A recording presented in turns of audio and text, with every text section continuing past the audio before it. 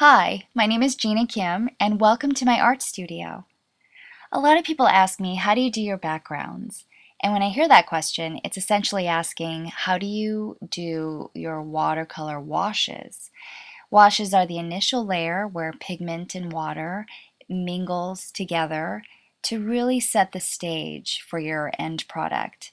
Um, it's a good skill to have, and with practice, you can have a lot of fun with watercolor washes. You can texturize with them.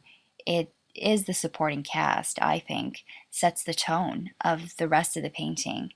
And my hope today is that this short clip will just add to your working knowledge to apply to your art journals or your art practice in general. So let's get started. So I'm taking my foam brush and applying clean water to a cold press watercolor paper that I taped down on all sides to a sketchboard. I asked my husband to break off the clip, and I use sketchboards to be my platform. And you'll see it's pretty essential when I merge the colors together. So here I'm dipping my brush in Naples Yellow Deep. I think it's by Sennelier. And just while the paper is wet, I just do gestural strokes, have fun, really loose, not nitpicky, letting things flow, and being gentle with my brush.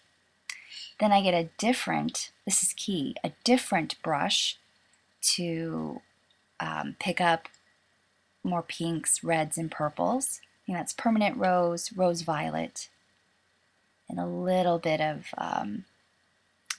bright violet. So here I have with my second brush, just going over just a little bit, but not too much.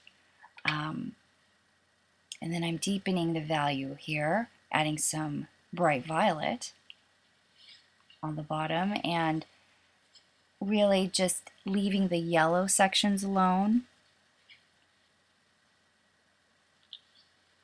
And now here comes the fun part. Grab a piece of paper towel, and as you tilt the board, you are letting the colors just run into each other. Now there are two reasons why I use a paper towel pretty meticulously as these colors are going to drip.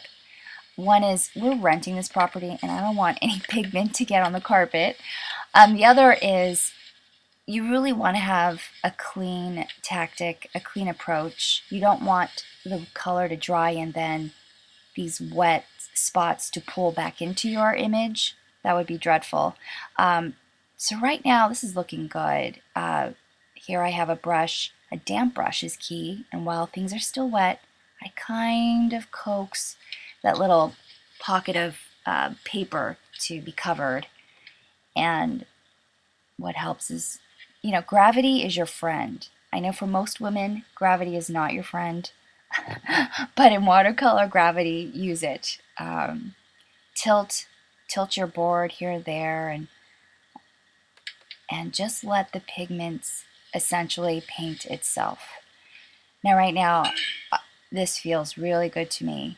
The colors merge beautifully and pretty effortless, right? Just make sure you have clean water, different brushes always helps. And oh, here I have some salt. Right, not when the paper is dry. You got to do it right when it's about damp, not too wet, but you want to add salt between those two phases. When the sheen, the light bouncing off the watercolor paper to be just about dissipating, and that's when to add salt. Salt kind of pushes away the pigment at its epicenter, and it makes little starsies, I call them. I'm grabbing my hair dryer. I mean, it's ideal to blow dry it from a little bit farther away so you don't have these splotches of dry patches, but this is good. This is the paper dried, and notice, this is something to remember. It dries about 25% lighter than what you would expect when it's wet. And those are the little starsies you created. And so there you have it, a watercolor background. I hope you enjoyed this clip. Thanks for watching.